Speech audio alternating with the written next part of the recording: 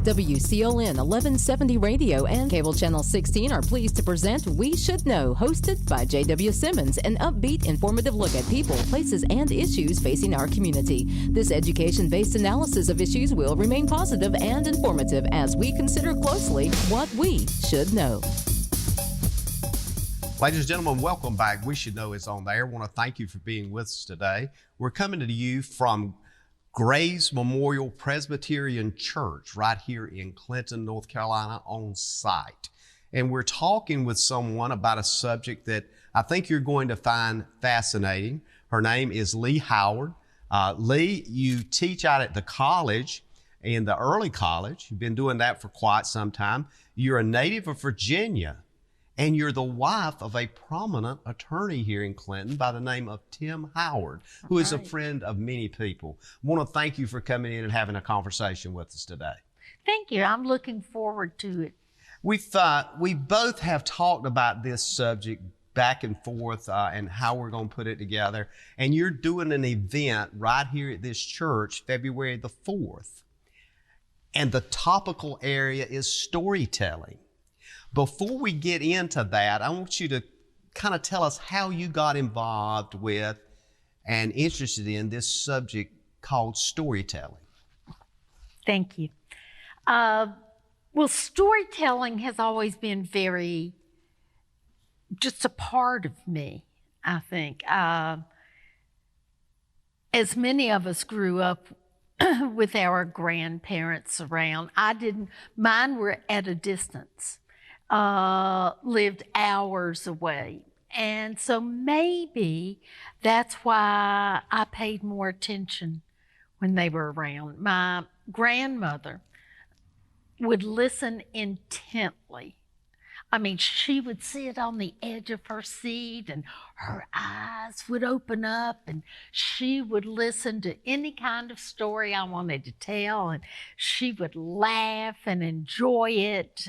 And so, of course, when somebody has that kind of reaction to you, you tell more and more and more. Mm-hmm. And most of mine were just fanciful. They were just made up stories. My grandfather was a big storyteller himself, and his stories mostly took place he went to college at William and Mary, and most of his were ghost stories around William and Mary, and it was just fascinating. It was fascinating to all of us children to listen to his. And then stories about the old home place and what that was like growing up. And some of those were ghost stories too. That's the way he liked to connect them.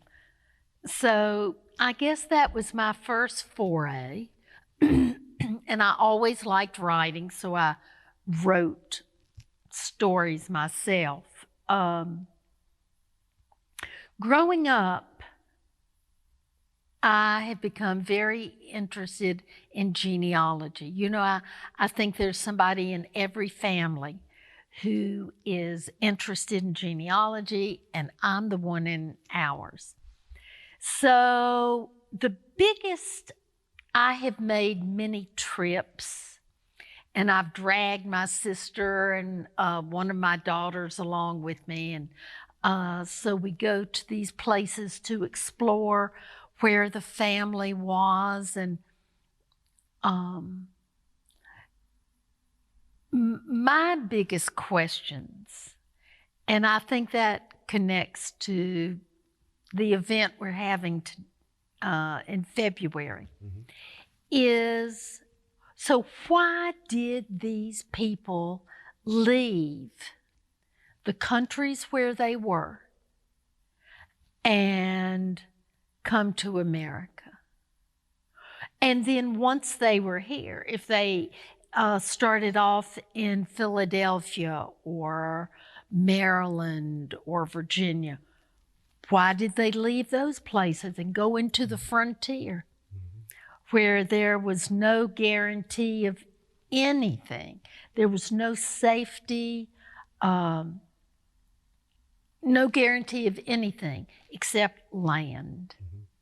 And so that drove so many people as well. But anyway, it was the combination of those things that I think was my first interest. So then those things combined for me, genealogy and storytelling. And I am an English teacher, so of course I've delighted in storytelling and reading all my life. And the whole idea of thinking that it is important to hear the stories and that somebody might even listen to me tell a story as an adult. Well, you're probably familiar with the Simple Gifts grants for students. Well, when they first started, I received a Simple Gifts grant in 2012.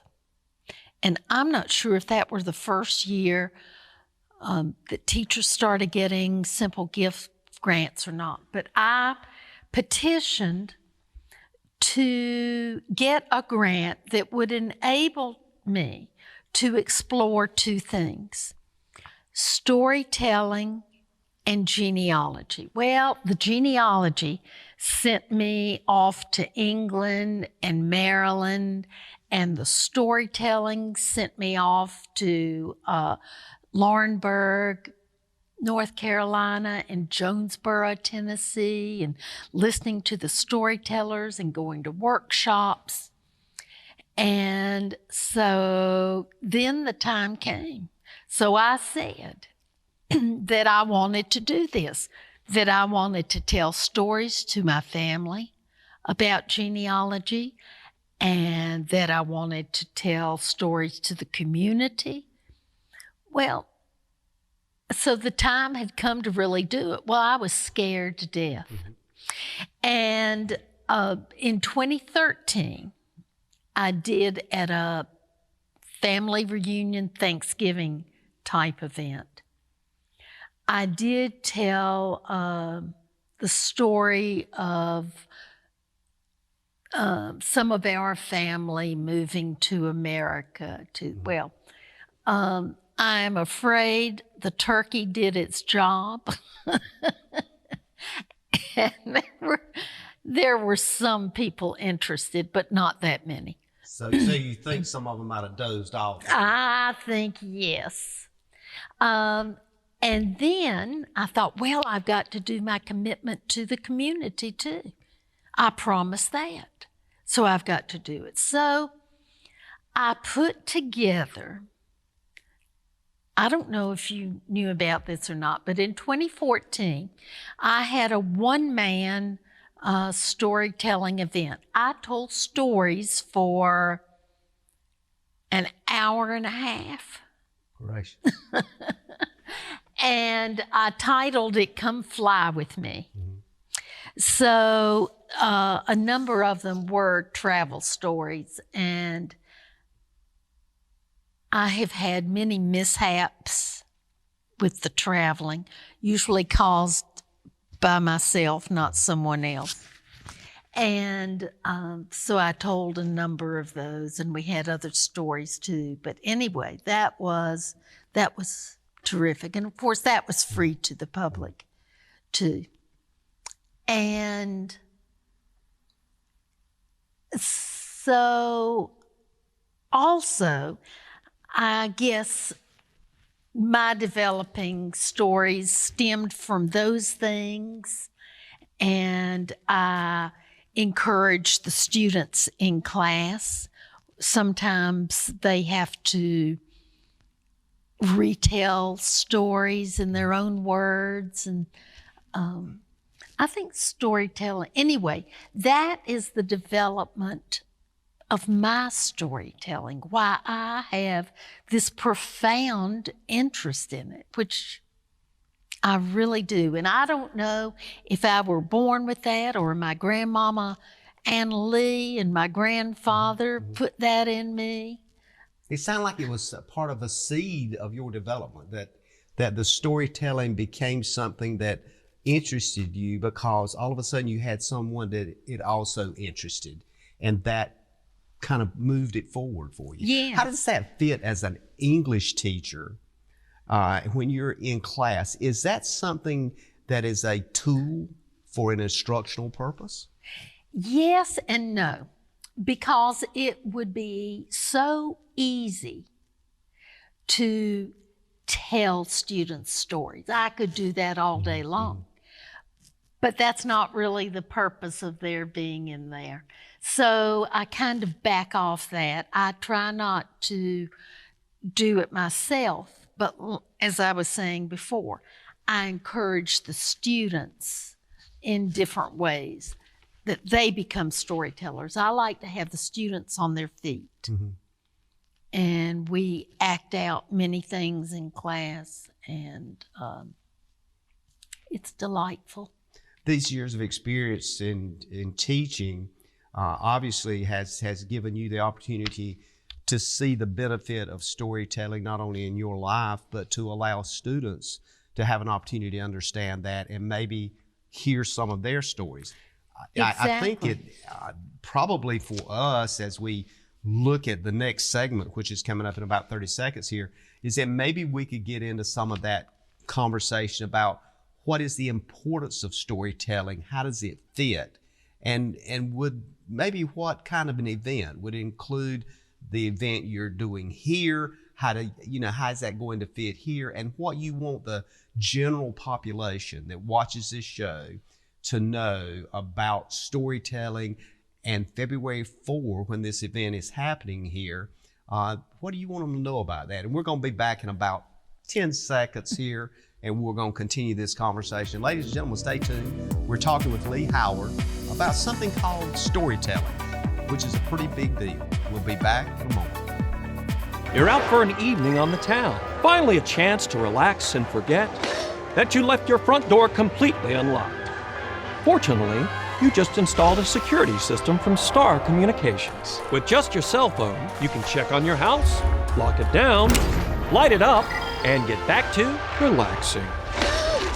You forgot to put Buster in his crate.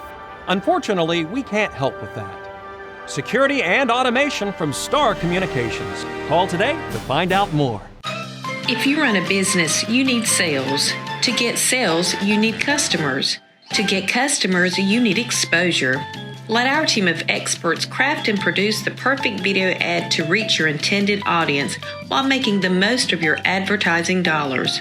Call 1-800-706-6538 or visit starcom.net to contact our Star Communications production team and get your business moving to the next level. Ladies and gentlemen, welcome back. We Should Know is on there. My name is J.W. Simmons. I'm your host, and we're talking with an English teacher today. Quite frankly, an English teacher that has a passion for storytelling. Lee Howard. Lee, thank you for being with us. And we come up on this second segment of the show. We've talked a little bit about your background in history and where you teach at the community college here. And we want to talk a bit about storytelling from the sense of why it is important. What is so important about storytelling? We all have heard stories. All of our viewers and listeners, I'm sure, probably have stories of their own. But I want to talk about what the importance of that is, and is this something that will be included in the event here at the church? Will there be storytelling here? Will others have an opportunity to tell stories? Would you like people to call you that would like to tell a story? So let's start from there, from just what is the importance of storytelling? Okay. The importance of storytelling, I think I'm going to first connect with family. Too often, families, generation from one generation to another, do not know their family stories. So the question is, has somebody not taken the time to tell it? Has someone not taken the time to listen? Do they not know the stories? I'm always amazed. I don't know if you've ever seen that. It's with Louis Gates. I can't think of the name of the show now, but he does it through Ancestry.com. And famous people come on his television show and do not even know their grandparents' names or the cities they lived in, and people want to be connected.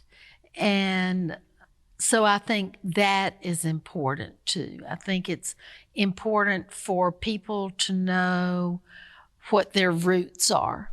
And then when these people got their wings, what connection did they have to spur them out and to go on to new places and new ideas? So it's important to connect with families. I think it's also very important to connect with communities. And oftentimes I'm like this. So I'm not from Sampson County, but my husband is, and he's always amazed at the places I don't know about or the people I don't know. But unless you get out there and mix with people, how are you going to know them? And I think storytelling is a wonderful way to share that idea, that we bring different cultures together. So I might have a story of my grandparents, and they lived in a city growing up. Well, your grandparents might have lived on a farm growing up, but I'll bet you, as different as our stories would have been visiting the grandparents, I'll bet you anything, we've got more similarities in those stories than we do differences. It's still the loving kindness, or the food might be different that was prepared by the grandparents, but you still have the memories of how it was done and the people you shared it with. And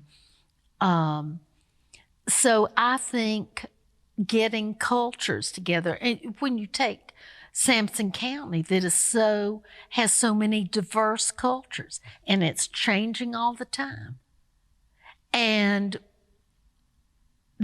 I think that's important, to know each other's stories.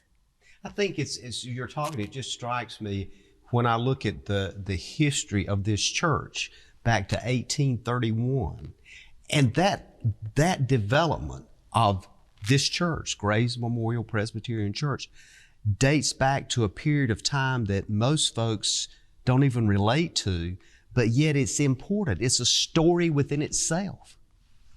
That's right. And I am so thrilled that we will be having our storytelling event here, that the church wants to embrace all the different people and bring them in here together and share and rub elbows and laugh together and say, ooh, I remember a story just like that. And, oh, can you believe that one? And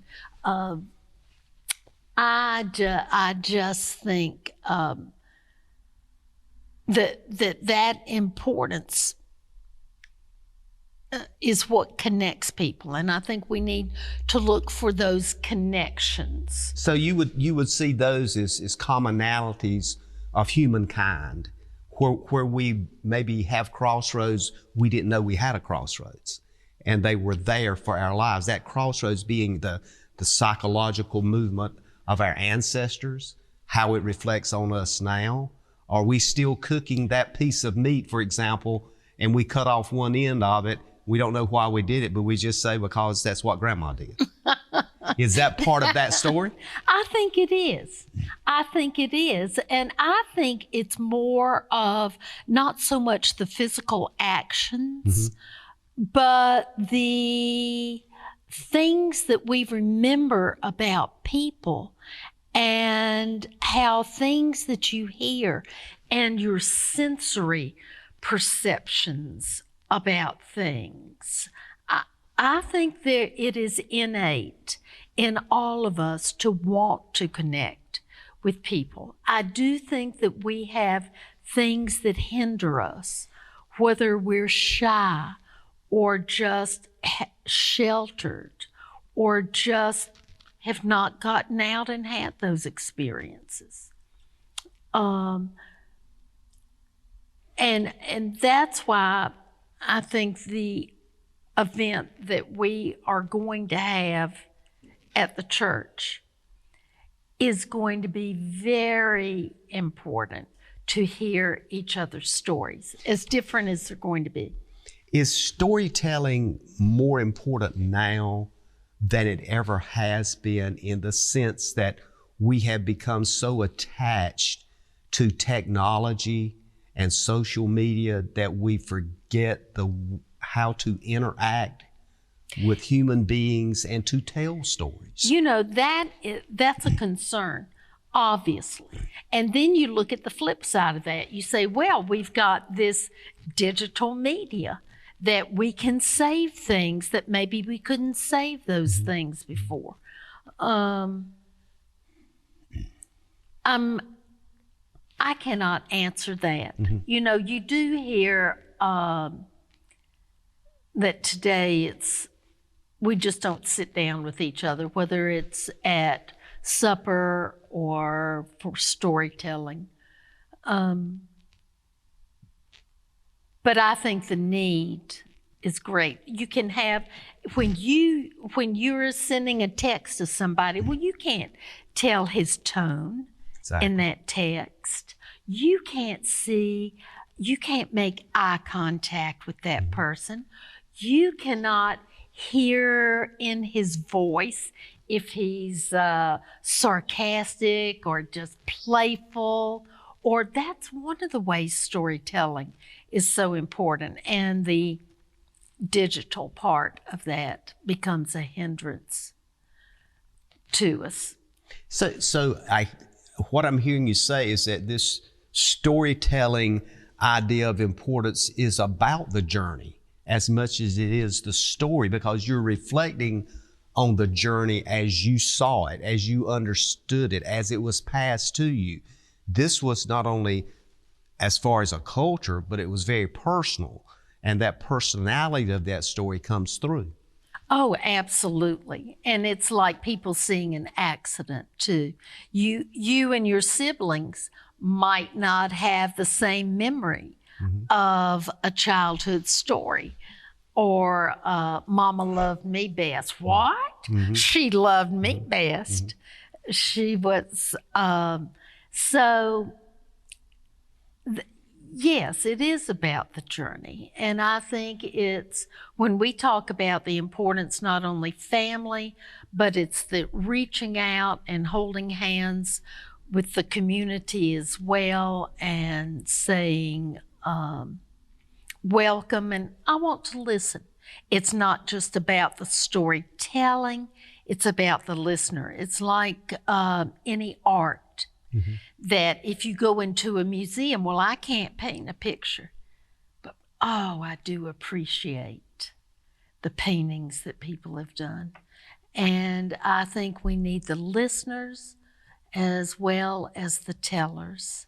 One of the things that I want to kind of, I guess, back up on for this segment to refresh folks before we go to the third segment here, but the important thing is that storytelling is an art form.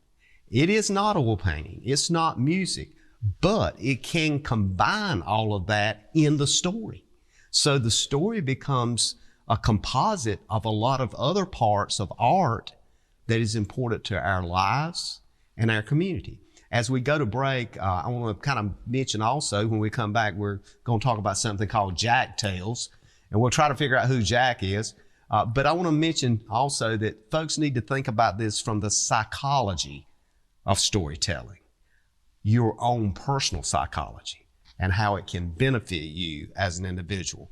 Ladies and gentlemen, we'll be back in a moment. We're talking with Lee Howard, someone knows quite a bit about storytelling, and an English teacher, and we're here at Graves Memorial Presbyterian Church. We'll be back in a moment. To get the most out of your electronic devices, you need a strong internet connection and a protected home Wi-Fi network. You need high-speed internet from Star. Star has the fastest, most affordable high-speed internet service available for all your devices. We have no long-term contracts or high-pressure sales. Our service speaks for itself, and switching is hassle-free. We take care of everything with free installation from a local company. High-speed internet from Star. Internet at the speed of light. Honey, do we pay our bill? What bill? The Star Communications bill. No worries, honey. With Star's paperless billing and automatic draft system, I get a notification sent right to my phone. There's no need to be bothered with those paper statements, and our bill is paid on time every month. Well, that's easy and convenient. It sure is, honey. Honey, Yes, dear. the bake. Oh, right.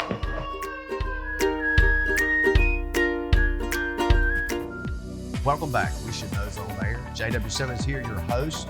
We're pleased to be at Graves Memorial Presbyterian Church today, and we're talking with Lee Howard about an event that's going to happen here February 4th. Lee, thank you again for being with us. We're coming up on our third segment today, and we want to get into a subject with storytelling that we hear the phrase a lot, Jack Tales, or the Jack Tales. There's literally books written on this. But the name Jack dates back into not only ancestors, but into England and the 15th century and a long time ago. So tell us what Jack Tales are and explain how it somehow has weaseled its way into all of our fabric. Well, let me say, first of all, I love the Jack Tales. In fact, I should have said earlier on, too, when asking about my getting into storytelling, I love the Jack Tales from the time I was little, and fascinated me the way Jack talked and the things he did. But Jack, as you said, goes back to 1500s or earlier. Mm-hmm. In England and Scotland and Ireland. And then when we started getting the migration from England, Scotland, and Ireland to America, well, Jack came with them. They weren't leaving Jack behind. So these Jack stories came with them. And many of the people who brought these stories settled in Western North Carolina and Southeastern Virginia, Northeastern Tennessee. So you've got this little pocket. That Appalachian area. Yes, Southern Appalachian, which is where my family's from.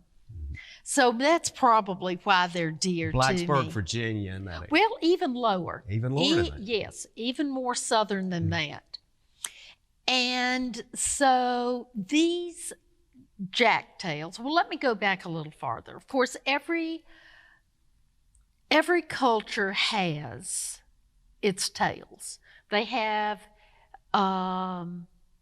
stories that are handed down from generation to generation. When our beloved storytelling was the art form that everybody preferred. Of course, there were traveling storytellers, and people probably remember reading the Iliad and the Odyssey in school. And of course, that was told by traveling storytellers 3,000 years ago. And so people would gather into one area and listen to this adventurous story. People love adventures. And so we have an adventurous character in our Jack. And Jack was, so let me back up. So when Jack came over culturally with the people from England, Scotland, and Ireland, and remember when these people came over, they were coming over because they had nothing. And so they move into this area that we describe, this tri-state corner. And that's where most of those people did not leave that area. They were, and they came over in the early 1700s, most of them. And they got up there on those mountains, and they stayed in those mountains. And so they shared those stories. And so how do you get your children to listen to the Jack Tales? Well, you're sitting on the front porch, and your mama says, time to shell the butter beans. You say, oh, Mama, I don't want to shell those butter beans. Yeah, come on. Everybody sit on the front porch. We'll shell the butter beans. I'll tell you a Jack tale. And so that's what they did. And of course, the children delighted in it. They heard the same tales so many times that they passed them down for generations and generations. Well, people had not heard, it was just regional, these Jack tales.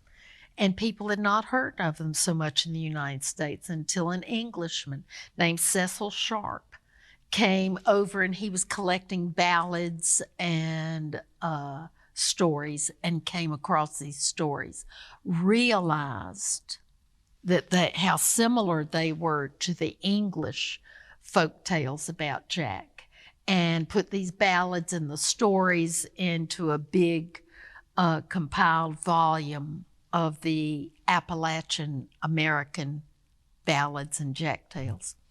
Anyway, then we've got the Depression. Well, the Depression's a terrible time. So, and you're familiar with the Works Project. Some of the Works Project were artists. They hired artists to paint murals in post office, or take photographs of Civil War battlegrounds, or they sent writers into the Appalachians to collect Jack tales, or to collect stories and ballads. They come across the Jack tales. One man in particular, named Richard Chase, in 1943, publishes a book called The Jack Tales. Well, what he did, he wanted to make it for children. He was part of this writers project, but he wanted to make it for children mostly. So some of these tales have been cleaned up a bit. And, but everybody saw in these tales, here we are in the Depression, and we've got a hero. It's an unusual hero. It's not like a typical hero, but we've got Jack. Jack is poor as they come. Everybody was in the Depression. Jack was relatable. Oh, absolutely. And he is poor, and he uneducated, but he is smart as a whip. And he's clever in the things that he does. And again, makes him relatable, becomes the hero. Jack is often put down by his family. His brothers, Will and Tom are in many of these stories. But who comes out on top? This younger brother. It's almost the story of Joseph from the Bible and his brothers. And then there's also, in all of these jack tales, there's going to either be a king or the rich man. And of course, he's bringing Jack down. Mm-hmm. But again, who comes out in the end is Jack. But he does all of this. He still remains kind. So he becomes our national hero. People can relate to Jack, and they appreciate what he has done. Well, again, since it's all, none of this was written down.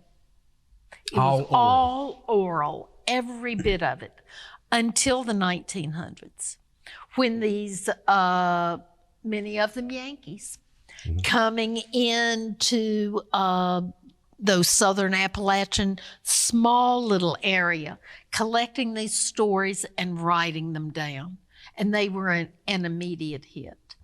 And they wrote them in dialect, the way the people were speaking. And some is better than others. And the beauty of the Jack Tales is that they continue, but people can still put their own spin on a Jack Tale. There is the National Storytelling Festival in Jonesboro, Tennessee, got started with Jack Tales. It was a member of this family from Beach Mountain, that little area, named Ray Hicks. And it just blossomed. He told his stories from the back of a truck. And now when you go to that, which I have been to several times, I encourage everyone to go to that first weekend in October every year. And his nephew, Orville Hicks, I've heard Orville Hicks. I went to a wonderful storytelling event. It was through the National Humanities Council, where Orville Hicks, his nephew, was telling stories, and it continues. I think we're out there. We're going to take a break, and as we go to break, I want to kind of mention the Jack Tale. As I understand Jack is the name of the character that literally has lived through centuries and centuries and came to this country. And the male gender, Jack, was used to help move a story forward, to help promulgate that story. It was a self-identity thing. So as we go to break, and we look forward to this last segment, we got a lot of stuff to cover in the last segment. But I want to kind of talk a bit about how you put these stories together. You know, if you wanted to start your own story, that kind of thing. And then I want to get into some of the things that's going to be going on here February 4th. Ladies and gentlemen, stay tuned. We're talking with Lee Howard about the importance of storytelling, about how it may have impacted your life and you don't even realize it. We'll be back in a moment. Stay tuned. To get the most out of your electronic devices, you need a strong internet connection and a protected home Wi-Fi network. You need high-speed internet from Star. Star has the fastest, most affordable high-speed internet service available for all your devices. We have no long-term contracts or high-pressure sales. Our service speaks for itself, and switching is hassle-free. We take care of everything with free installation from a local company. High-speed internet from Star. Internet at the speed of light. Just because something may work doesn't mean it's right for your business. Let Star Communications' knowledgeable consultants help you customize a hosted voice system that's right for you. Our dedicated experts work with you to understand your business needs and guide you at every step, from choosing and installing services to ongoing maintenance and support. Contact Star today. Eastern North Carolina is a beautiful place where we gladly choose to call home, and we strive to provide the best communications services. Star is committed to improving communications to all our service areas because we want to improve the communities where we not only work, but also live. Star Communications. We are neighbors serving neighbors. Welcome back. We Should Know's on there. I want to thank you for being with us. My name is J.W. Simmons. I'm your host. We're coming to you on Star Communications TV, Channel 16, and also 316. We're also simulcast on WCLN Radio right here in Clinton, North Carolina. We're talking with Lee Howard. Lee, we've had an interesting conversation so far today about a plethora of things related to storytelling. And obviously, your heart and soul is into this. And on this last segment, you're going to tell us a bit about how do we start our own storytelling? What are the things we need to think about as we reflect on what is my story? And I've heard so many people sometimes look at folks and go, well, what's your story? And I don't think they understand when you ask that question, that could be a huge answer. Yes, thank you. Here we've talked about the importance of storytelling. Well, we better tell people how to tell their own story then. My suggestion is this. You just get out a box of photographs and you start pulling out some photographs that you love for whatever reason. It's a favorite person, might bring back a great memory, might bring back a not so great memory. And you just start pulling out those photographs. Well, then another time you might decide to separate them by maybe dates, or you might separate them by places where you've lived, or friendships, or whatever organization you come up with. And that's a good way to start. Let me say that there's a great book on this by Donald Davis. And you know Donald Davis, one of the great storytellers of North Carolina. And he says he thinks you should start with places. You just get a notebook, one of those black and white composition books, get one of those, and start listing places that you've lived. Well, at first you come up with 3 or 4. Oh yeah, I forgot. I lived there too, or I lived here. And so you've come up with those, and then that makes you think of a neighbor you had. So you start listing these people associated with the places where you've lived. And then you start thinking of maybe sounds that you associated with it, or maybe other people, or was there food you associated with it? I seem to talk about food a lot, sorry. And all these things, then you talk to friends and relatives because you've forgotten some of the particulars about it. What was the name of the drugstore down the street we used to go to all the time? Oh yeah, I remember that, Jones Drugstore. We used to go down there, and that bubble gum, remember that? Had the little cartoons inside. We blow bubbles that big. And so one thing leads to another. Well, then you start deciding which of these favorite stories you want to tell. And you must have a conflict. Every good story is based on a conflict. But you have to take time to set up the story, the setting, and the people involved before you ever get into the conflict. Well, here's one of the beautiful things I think about storytelling is when you're telling this story, you can tell the story about let's say you've gone to Jones Drugstore and you've picked out, your mama gave you $0.25, so you picked out $0.25 worth of candy. Well, you didn't know that your brother had slipped that quarter out of your pocket. but the audience knows that. And so you've got this irony that brings your whole audience in because they're thinking, I know what's going to happen, because the main character here doesn't know what's going to happen, but I do. So you've involved your audience as well.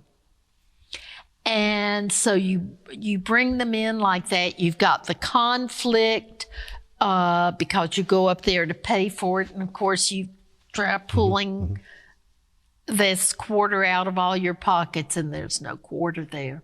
Does a story need to be relatable? Oh, yes, indeed. Can't we all relate to a sibling playing a trick on us?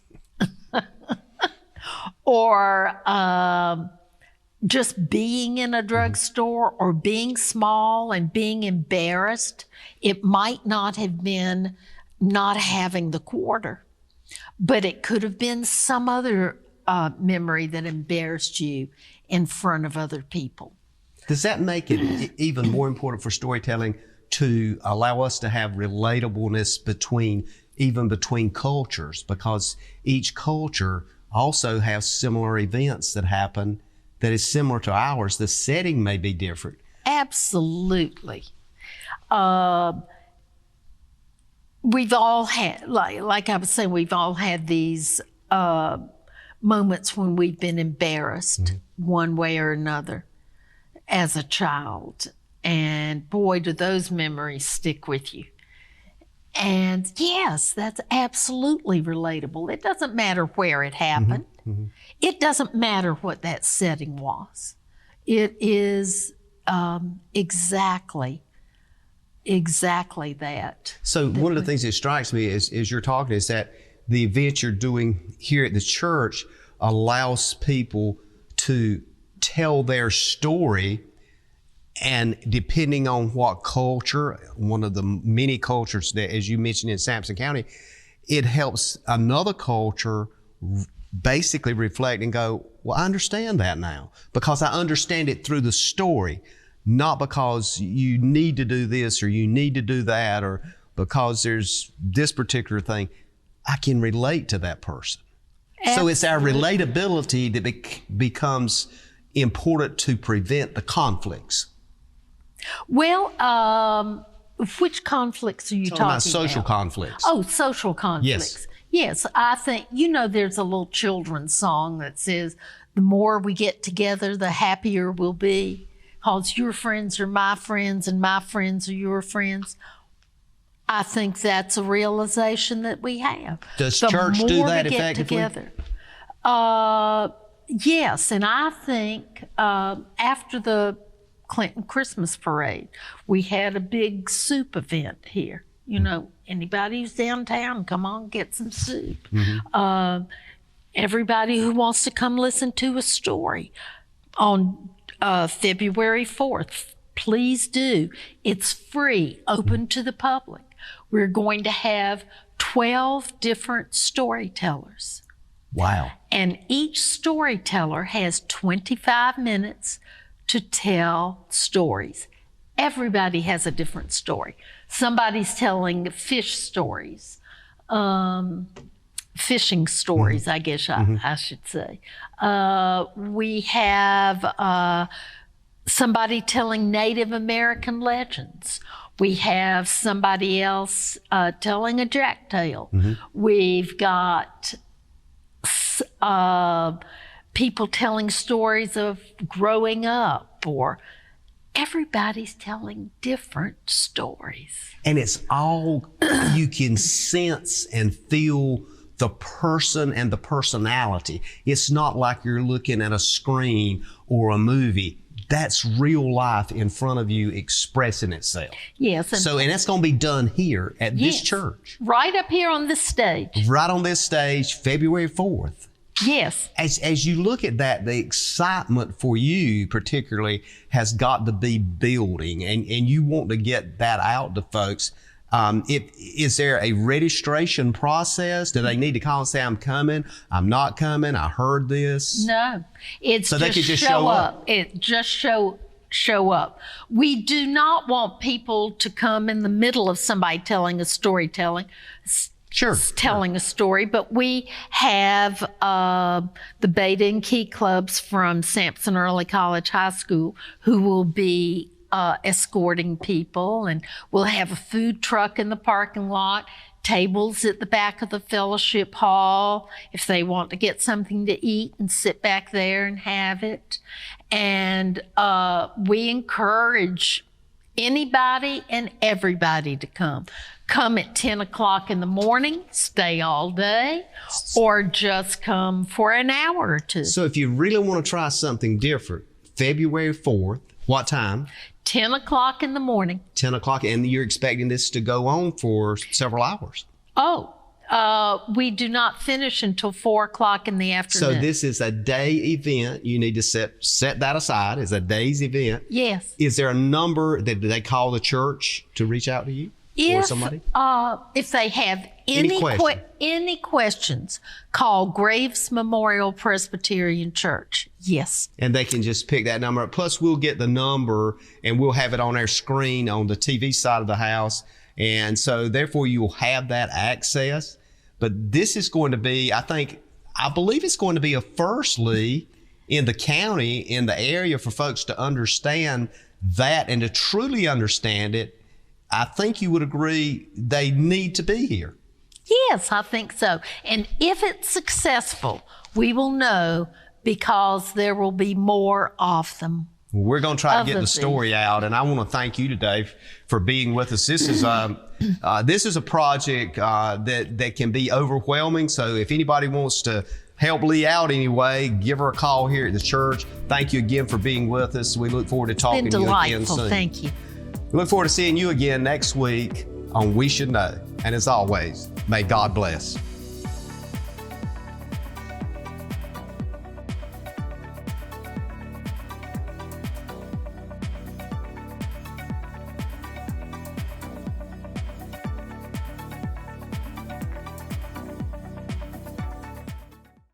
Thank you for tuning in to this week's episode of We Should Know with host J.W. Simmons. If you have a question, comment, or suggestion regarding this or any episode, please send your emails to weshouldknowedu@gmail.com. And remember to tune in every Tuesday at 2:30 for another informative episode of We Should Know.